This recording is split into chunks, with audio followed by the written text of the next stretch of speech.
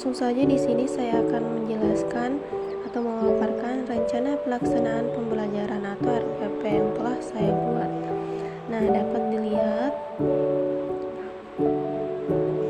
rencana pelaksanaan pembelajaran atau RPP yang saya buat.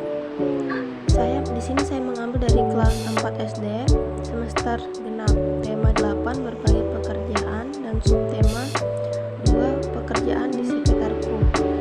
Pembelajaran kelima, mata pelajaran IPS, alokasi waktu 2 kali 35 menit. Nah, langsung saja kita masuk di kompetensi inti. Yang pertama,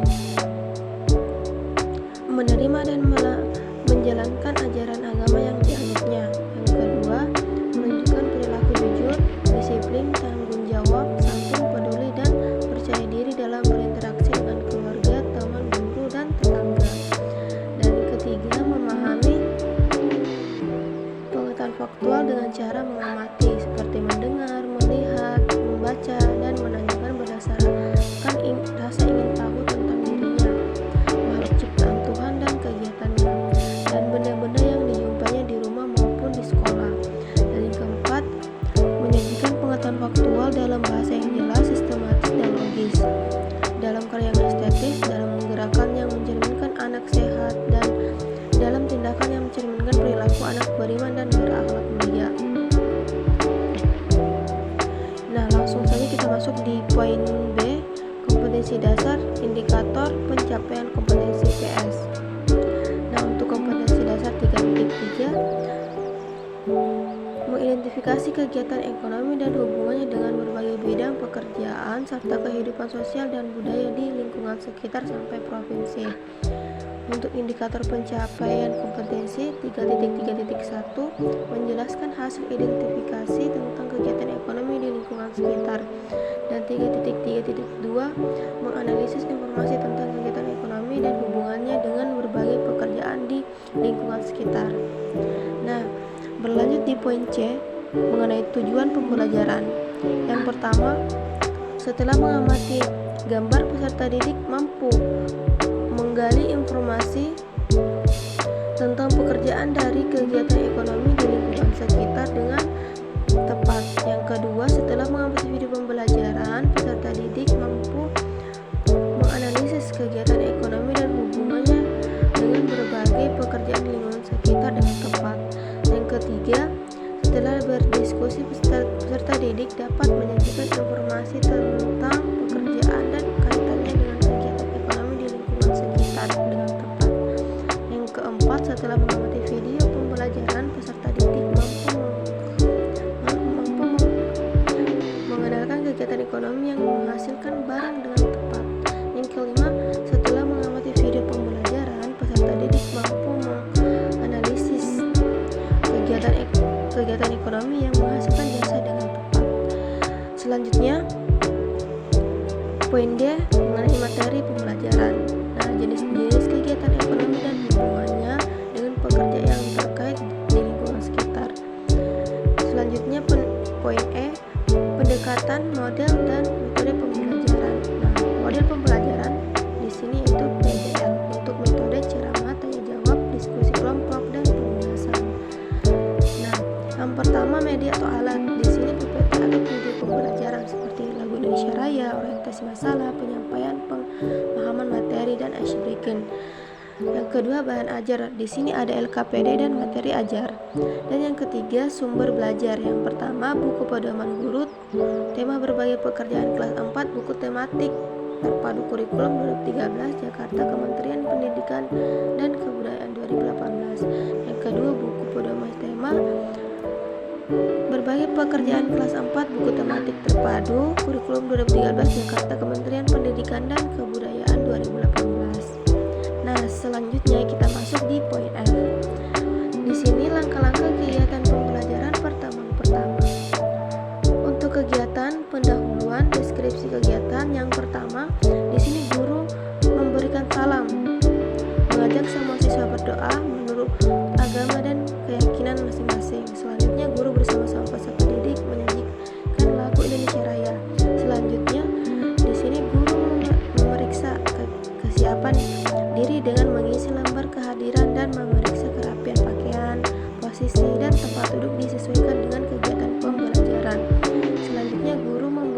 memberikan pertanyaan tematik seperti, apa pekerjaan ayah dan ibu di rumah, nak? Nah, siswa menjawab, kemudian jawaban siswa dihubungkan dengan tema yang akan dipelajari, yaitu tentang kegiatan ekonomi serta tujuan yang akan dicapai. Nah, selanjutnya guru memberikan motivasi kepada siswa bahwa dalam hidup kita tidak lepas dari kegiatan ekonomi. Jadi pekerjaan apapun yang kalian pilih di masa depan, maka jalani pekerjaan itu dengan senang hati dan penuh tanggung jawab. Semoga kelak kalian jadi orang yang sukses. Tapi ingat, kesuksesan itu tidak akan ada nilainya jika kalian lupa bersyukur, lupa dengan orang tua, atau jadi orang yang sombong. Jika kalian kelak di puncak kesuksesan, tetaplah jadi manusia yang rendah hati dan dermawan. Insya Allah hidup kalian akan selamat di dunia dan di akhirat kelak. Nah, untuk alokasi waktu itu 10 menit. Selanjutnya kita masuk di inti. Untuk fase pertama, orientasi masalah, di sini peserta didik mengamati video yang diputar guru melalui PPT tentang kegiatan ekonomi. Selanjutnya, peserta didik menjawab pertanyaan guru tentang masalah yang berhubungan dengan media video pembelajaran tersebut. Selanjutnya, di sini misal apa kalian lihat dari video itu? Nah, berlanjut di fase yang kedua, mengorganisasikan siswa untuk belajar. Yang pertama, peserta didik dibagi menjadi 5 kelompok. Selanjutnya, peserta didik diberikan LKPD. Selanjutnya, peserta didik dibantu mendefinisikan dan mengorganisasikan tugas belajar yang berhubungan dengan masalah tersebut. Nah, selanjutnya fase ketiga, membimbing penyelidikan secara kelompok. Nah, yang pertama, menggunakan materi ajar dan buku siswa, peserta didik mengumpulkan informasi untuk membangun ide mereka sendiri dalam memecahkan masalah. Selanjutnya, peserta didik mendiskusikan pertanyaan dan melakukan penyelidikan pada LKPD dalam kelompok. Ketiga, peserta didik dapat menggunakan bahan ajar maupun buku penunjang untuk bahan diskusi. Selanjutnya, guru membimbing penyelidikan yang dilakukan peserta didik dengan berkeliling untuk memberikan bantuan saat siswa berdiskusi. Guru bisa memberikan pertanyaan pancingan apabila diskusi tidak berjalan dengan lancar. Nah, selanjutnya guru melakukan penilaian terhadap satu kelompok saat mereka berdiskusi. Saat menilai, guru menggunakan rubrik. Siswa yang belum dinilai pada kesempatan ini dapat dinilai saat mereka melakukan diskusi di kesempatan lain. Nah, selanjutnya untuk fase keempat, mengembangkan dan menyajikan hasil karya. Yang pertama, peserta didik mencatat hasil penyelidikan kelompok dalam lembar kerja. Selanjutnya, peserta didik mengolah hasil penyelidikan yang diperoleh dari kelompoknya. Selanjutnya, peserta didik menjawab pertanyaan pada lembar kerja. Dan selanjutnya, peserta didik menyimpulkan hasil penyelidikan dari masalah yang ditemukan ke dalam LKPD. Nah, yang terakhir itu ice breaking, tepuk semangat menyajikan lagu tentang kegiatan ekonomi. Nah, berlanjut ke fase yang kelima, mengenai menganalisis dan mengevaluasi proses pemecahan masalah. Yang pertama, guru mengevaluasi hasil penyelidikan melalui diskusi kelas. Selanjutnya, peserta didik dibimbing guru menganalisis hasil pemecahan masalah yang ada pada LKPD. Selanjutnya, peserta didik diminta membaca hasil penyelidikan dan diskusi, dan dilanjutkan dengan menyampaikan persepsi dengan menonton video pembelajaran. Dilanjut, kelompok peserta didik yang berhasil memecahkan masalah diberi penghargaan. Nah, peserta didik mengumpulkan LKPD kepada guru. Nah, di sini untuk alokasi waktunya kita yaitu 50 menit. Nah, selanjutnya ada penutup. Nah, di sini peserta didik diberi lembar evaluasi. Selanjutnya, peserta didik secara individu mengerjakan lembar evaluasi yang diberikan guru. Nah, selanjutnya peserta didik bersama guru melakukan refleksi atas pembelajaran telah berlangsung serta tidak lanjut. Dan selanjutnya ice breaking. Dan terakhir berdoa bersama. Di sini alokasi waktunya 10 menit. Kita berpindah ke poin G, yaitu penilaian. Nah, yang pertama jenis, di sini ada tes dan non-tes. Dan kedua, teknik penilaian. Yang pertama, penilaian sikap dari jurnal observasi selama kegiatan. Selanjutnya, penilaian psikomotorik, yaitu ada observasi. Dan terakhir yang ketiga itu penilaian pengetahuan.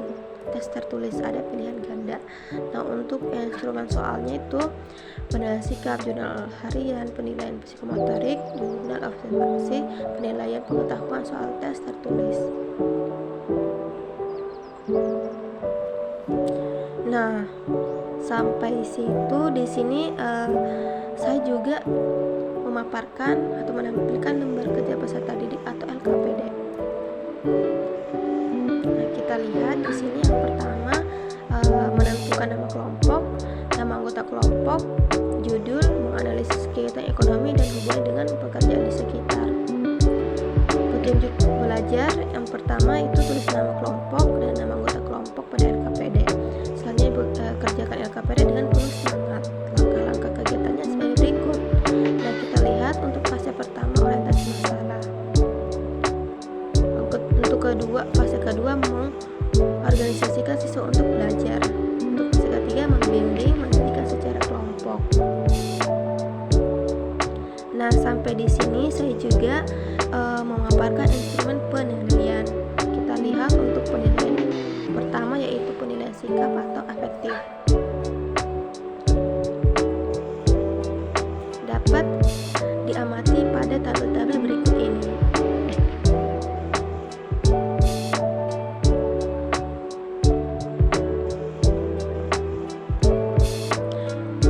Yang kedua itu ada penilaian psikomotorik.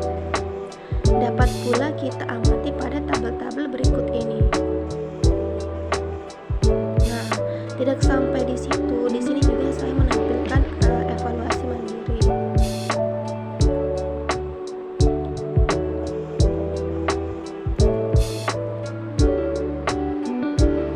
Selanjutnya di sini ada juga kisi-kisi soal evaluasi tahun pelajaran 2022-2023.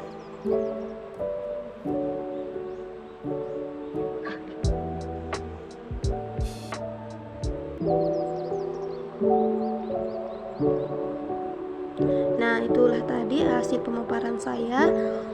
Sekian dan terima kasih. Mohon maaf apabila ada kekurangan dan kesalahan.